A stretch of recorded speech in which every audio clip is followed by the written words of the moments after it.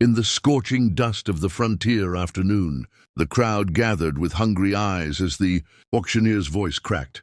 Through the air, and there, on a rough wooden stand under the punishing sun, knelt Tala, a young native woman whose spirit still burned even as her wrists remained bound. Her torn clothes revealing a life of struggle rather than shame. Her dark hair hung over shoulders streaked with dirt and stubborn pride.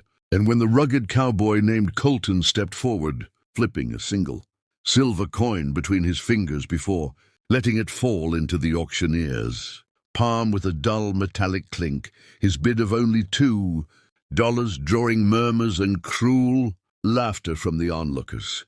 Tala raised her chin, fire blazing in her eyes as she declared, "You'll regret this. I won't obey," her voice shaking the stillness of the moment. But Colton, instead of reacting with the expected cruelty, stared at her with something unreadable, a quiet storm brewing behind the brim of his black hat. Though he had paid for her life according to the twisted rules of the lawless town, he seemed to understand what the others did not, that this woman wasn't something to be owned, but someone who had survived more than any of them could fathom. Yet still the rope around her arms cut deep as the auctioneer shoved her forward, forcing her off the block and into the dust at Colton's feet, where the town men whispered that no wild woman had ever been tamed, that she would bring him trouble.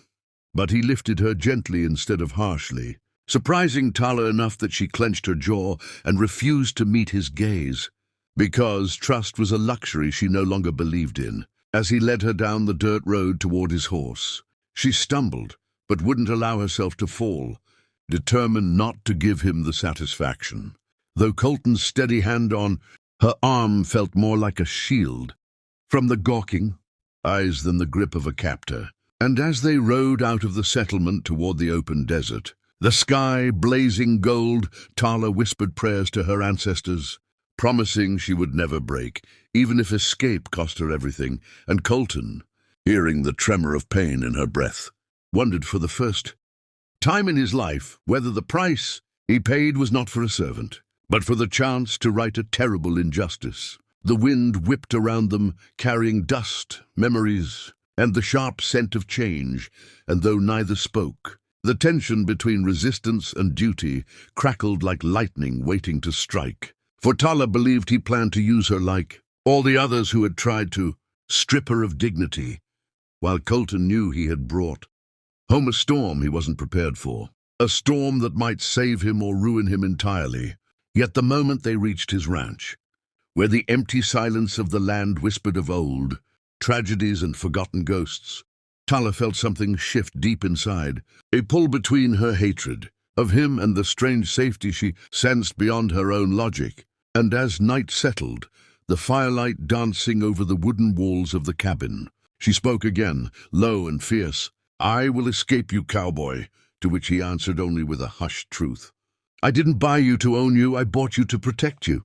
Words she refused to believe, though they rattled the walls of her thoughts, setting the path for a destiny neither of them could outrun. And to all viewers listening to this unfolding tale of fire, defiance, and unexpected redemption, make sure you subscribe to the channel so you never miss the next chapter of this powerful Western saga, because Tala's fight has only begun, and her story will shake the desert before it ends. As the desert night deepened around the small ranch cabin, Tala sat near the crackling fire, her wrists still bound, but her mind racing like a wild stallion refusing the reins, trying to make sense of Colton's strange gentleness.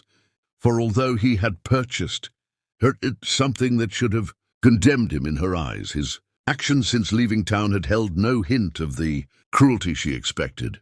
And that contradiction burned inside her worse than any wound. She watched him move through the dim cabin with quiet purpose, placing a blanket within her reach but not touching her, setting water near the fire for her to drink but stepping back immediately as though afraid to startle her.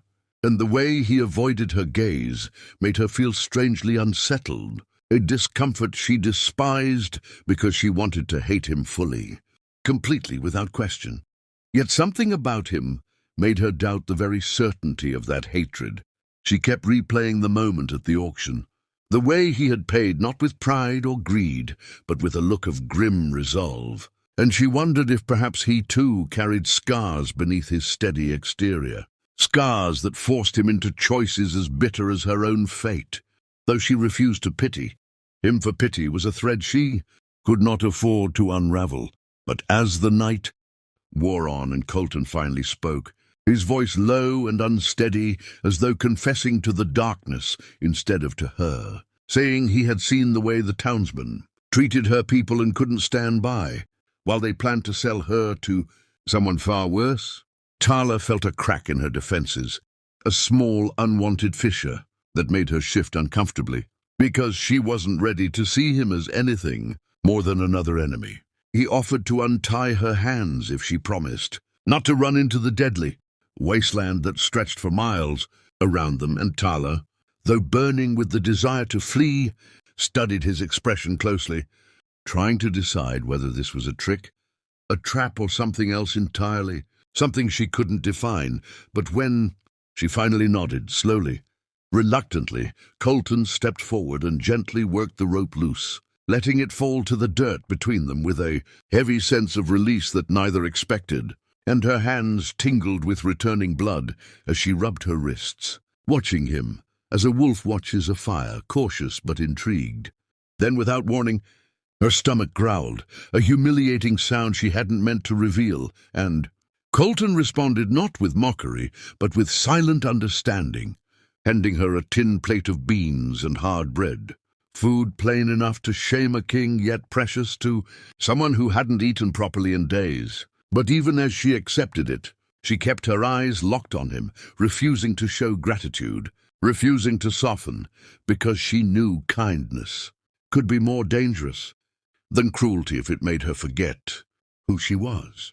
As she ate in small, suspicious bites, Colton leaned against the wooden post near the door, keeping his distance, but watching the land outside like a man expecting trouble. And Tala noticed how his shoulders tensed every time the wind shifted, as if he sensed a threat only he understood, a hidden danger creeping closer with every passing hour.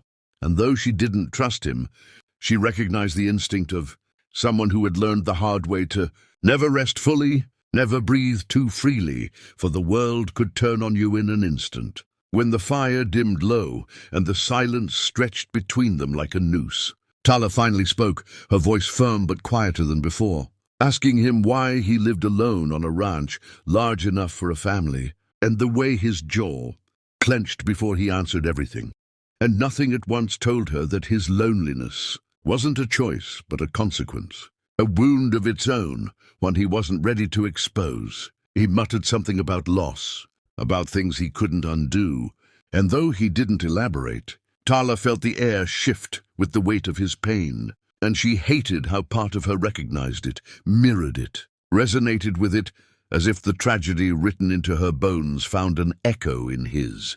But she forced the thought away, retreating behind the armor she had built from years of survival, reminding herself that a sad past didn't make him her ally, that no matter what he claimed, she was still a captive in a world that saw her people as less than human, and she vowed quietly, fiercely, that she would escape the first moment the land gave her an opening. Hours passed in tense silence until finally, exhausted, she lay near the fire, pretending to sleep while secretly tracking the rhythm of Colton's movements, noting the creak of the floor as he paced, the soft click of his revolver as he checked it, the sharp breath he took whenever he looked in her direction. And as the first hint of dawn crept across the horizon, Tala's eyes opened just enough to see the cowboy standing in the doorway, staring into the sunrise with a haunted determination, as though he knew that the moment her spirit fully returned, the real battle between them would begin.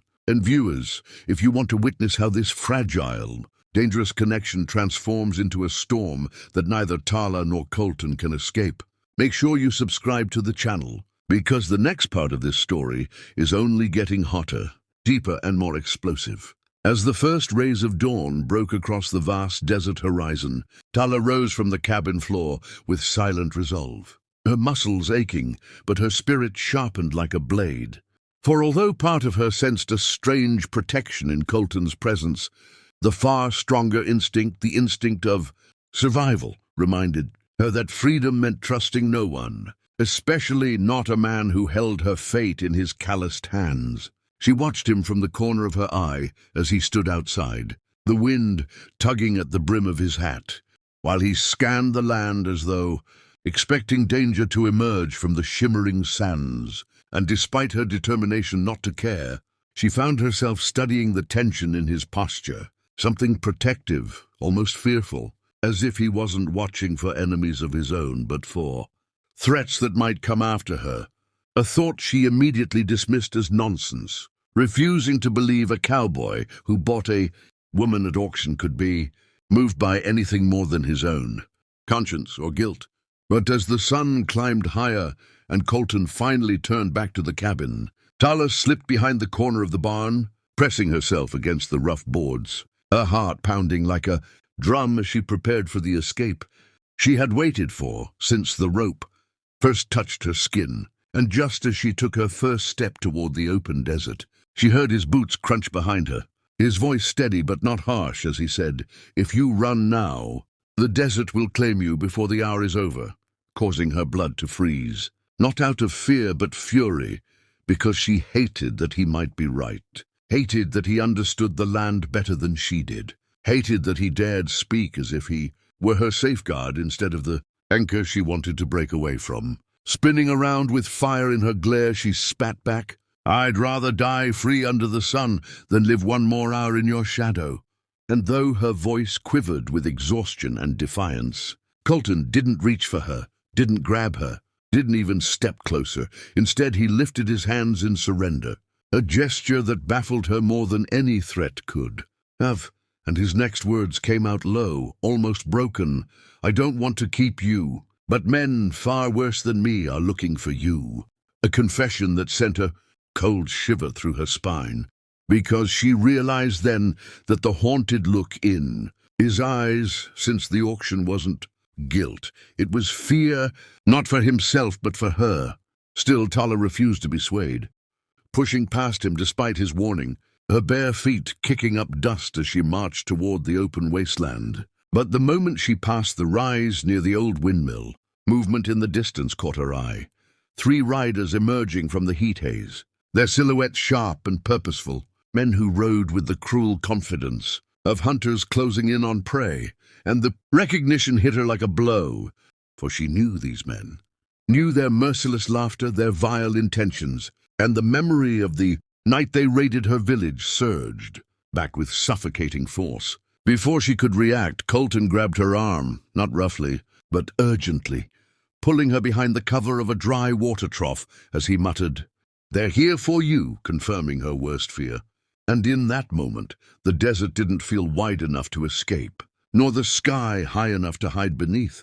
Tala's chest tightened as she stared at the approaching riders, her breath shaking not from weakness but from the fury of a woman who had already lost too much. And Colton, sensing her spiraling panic, whispered, "I won't let them take you," words she wanted desperately to distrust, but that wrapped around her heartbeat with an unsettling truth.